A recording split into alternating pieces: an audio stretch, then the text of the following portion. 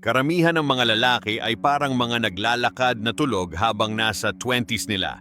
Scroll lang ng scroll, laging nagiinom, laging naghahabol ng mga babae na hindi naman sila ang iniisip at sinasayang ang pinaka-importanteng dekada ng buhay nila. Tapos pagdating ng 30s nila, diyan sila haharap sa salamin at ang makikita lang nila ay puro pagsisisi. Kung nasa 20s ka ngayon, makinig ka mabuti. Ito na ang warning para sa'yo. Tumatakbo ang oras. Bawat oras na sinasayang mo, wala na yon, hindi na babalik. Kung patuloy kang mabubuhay gaya ng normal na lalaki sa paligid mo, wala kang mapapakita pag dumating na ang totoong bigat ng buhay. Ito ang masakit na katotohanan pero magiging malaya ka. Pag nasa 20s ka ngayon, hindi ito ang oras para sa paghahanap ng sarili o chumil lang. Ito ang panahon para buuin ang pundasyon ng buong buhay mo. Pag pumalpak ka ngayon, magdurusa ka kinabukasan. Pero kung i-execute mo ngayon, madodominate mo ang buhay mo kinabukasan. Ito ang dekada ng dugo, pawis at pag-grind. At kung gusto mo ng blueprint, isang masculine na blueprint, hindi lang para makasurvive sa edad mo pero para gawing launchpad ng greatness mo, eto na. Ito ang realidad. Hindi binibigyan ng society ng reward ang pagiging mahina. Wala siyang pake sa mga palusot mo. Wala rin siyang pake sa potential na hindi mo naman ginagamit. Ang mga lalaki ay sinusukat base sa kung ano ang nabuo nila, ano ang tiniis nila, at ano ang na-achieve nila. Kung sawa ka na sa pakiramdam na parang hindi ka nakikita, sawa ka na sa pakiramdam na powerless, sawa ka na sa pagkaligaw habang yung ibang lalaki ay nauuna sa'yo sa lahat ng aspeto ng buhay, ang oras para magbago ay ngayon, hindi bukas. Ang 20s mo ay isang battlefield at yung mga armas na gagawin mo dito ang magde-decide kung magiging lalaki kang may power o isa ka lang sa mga walang pangalan na lalaki na pangkaraniwan. Ibibigay ko sa iyo yung mga prinsipyo, yung mga steps, yung mga actions na magpapatibay sa iyo para maging taong nire-respeto hindi dahil sa salita, kundi dahil sa presensya mo, sa resulta mo, at sa disiplina mo. Step 1. Huwag kang mabuhay sa komportable. Ang comfort ang silent killer ng mga lalaki.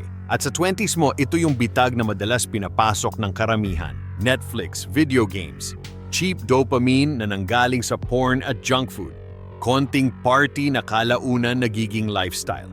Lahat to, nililibing ka ng buhay habang namamanhid ka sa katotohanan. Tandaan mo to, ang comfort ngayon ay paghihirap kinabukasan. Yung mga lalaking humaharap sa discomfort, struggle, at sa mga masasakit na karanasan ngayon, sila yung tatayo ng matatag pagdating ng 30s nila, habang yung iba, wasak, mahina at pagod na pagod. Simulan mong sanayin ang isip mo na maghanap ng challenge. Gumising ka ng mas maaga. Magbuhat ng mas mabigat kaysa iniisip mong kaya mo. Matutong tumanggi sa madadaling pleasures. Bawasan ang entertainment. Tratuhin mo ang comfort mo na parang droga na sisira sa kinabukasan mo. Dahil sa bawat pagkakataon na pinipili mo ang comfort, ninanakawan mo yung lalaking dapat na naging ikaw. Step 2. Palakasin mo ang katawan mo. Ang katawan mo ang pundasyon ng pagiging lalaki. Ang mahinang katawan, mahinang pag-iisip. Payat na braso, tamad na postura, walang disiplina. Lahat yan mga halatang sintomas ng lalaking walang kontrol sa sarili.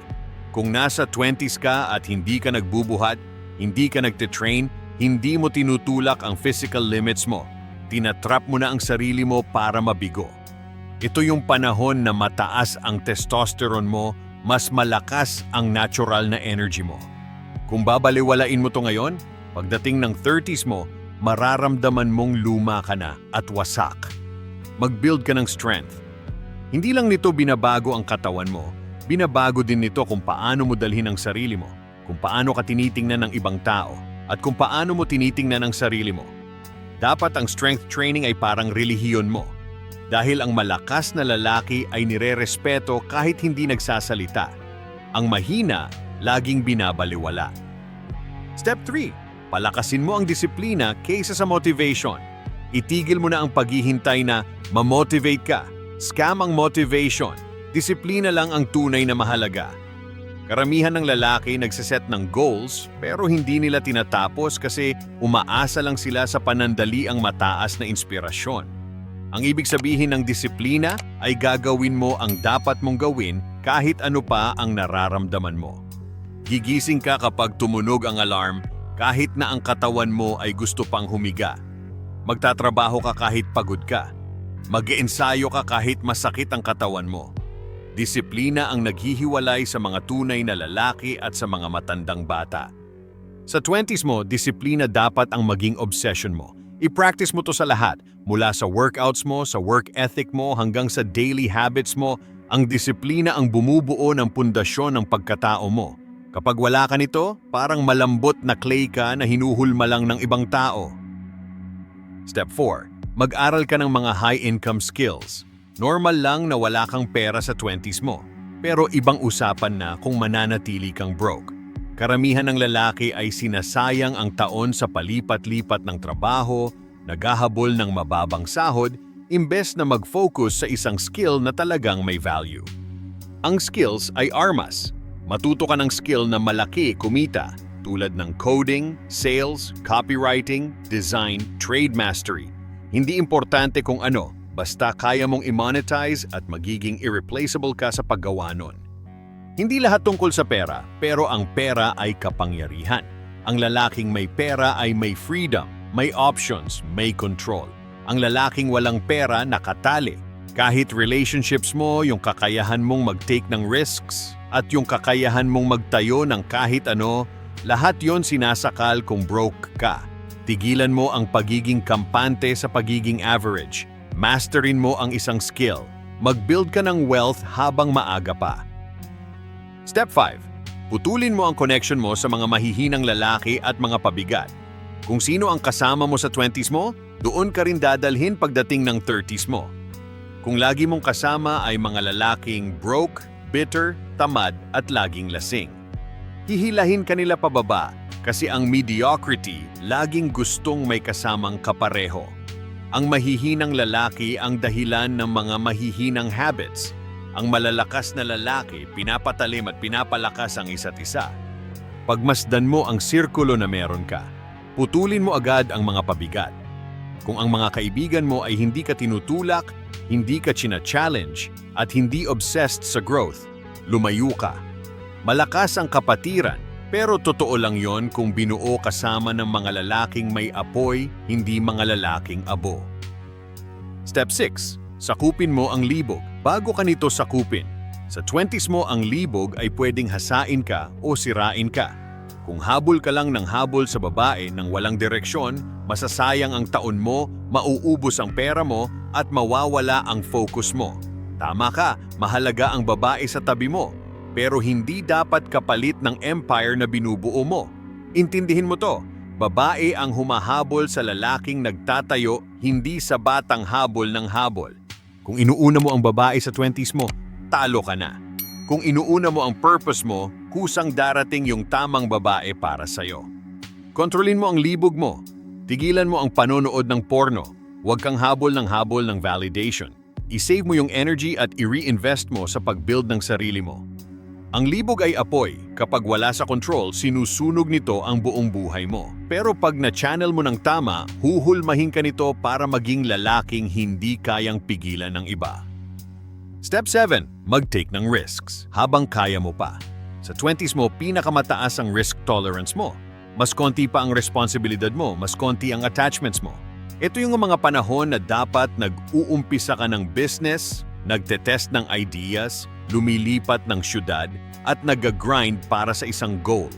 Huwag mong hintayin na matali ka na sa mga anak, bills, at obligasyon mo bago mo biglang isipin na gusto mong mag-all-in sa sarili mo. Pag dumating na sa puntong yon, madalas huli na ang lahat. Mag-take ka ng calculated risks ngayon. Hindi ibig sabihin nun na gumalaw ka ng walang plano. Ibig sabihin nun, gamitin mo yung advantage na mas konti pa ang mawawala sa'yo. Aim big, mag-fail ng mabilis, matuto agad. Habang karamihan ng lalaki busy pa mag-decide kung anong video game ang lalaruin nila, ikaw naman humahasa na sa totoong arena ng real world. Step 8. Mabuhay ka ng may matinding purpose. Walang mas nakakaawa kaysa sa lalaking palutang-lutang na walang purpose sa buhay. Ang 20s mo ay hindi para mahanap ang sarili. Para yan sa pag-build ng sarili mo, sa paghulma ng pagkatao mo, at para maging weapon ka na kailangan mo para makuha ang lugar mo sa mundo. Ano ang mission mo? Ano ang binubuo mo? Ano ang gusto mong maging? Ang purpose ay nagbibigay ng direksyon sa sakit. Ginagawa nitong fuel ang paghihirap. Kapag wala ka nito, bawat struggle parang walang saysay, bawat panalo parang walang laman. Isulat mo ang mission mo, i-define mo ang prinsipyo mo, at mabuhay ka na parang bawat araw isang hakbang papunta sa ultimate vision mo. Kapag wala kang purpose, parang binebenta mo ang kaluluwa mo sa mga distractions. Ang 20s mo ay hindi playground. Battleground to bawat desisyon na ginagawa mo ngayon ang magdedesisyon kung anong klaseng lalaki ka sa mga susunod na dekada. Kung pipiliin mo ang comfort, kahinaan at distractions, dugo ng pagsisisi ang babayaran mo. Pero kung pipiliin mo ang disiplina, lakas at purpose, pagdating mo ng 30s mo, hindi ka lang basta nauuna, magiging unstoppable ka. Ito ang dekada mo, tigilan mo ang pagsasayang ng oras mo, simulan mo ang pag-build, at kung seryoso ka talagang maging lalaki na dapat mong maging, huwag ka lang manood at tumango.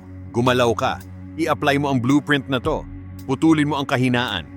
Mag-train ka na parang warrior. Mag-build ka na parang hari. Kasi hindi naaalala ng history yung mga lalaking sinayang ang 20s nila.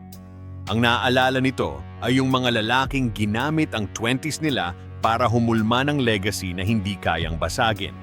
So, choice mo to. Manatiling average or lumakad papunta sa greatness. By the way, kung ready ka ng kontrolin ang buhay mo, pindutin mo ang like at subscribe button. Simula pa lang to. Nandito na ang blueprint. Nasa kamay mo na ang apoy. Ngayon, gawin mo na ang dapat gawin.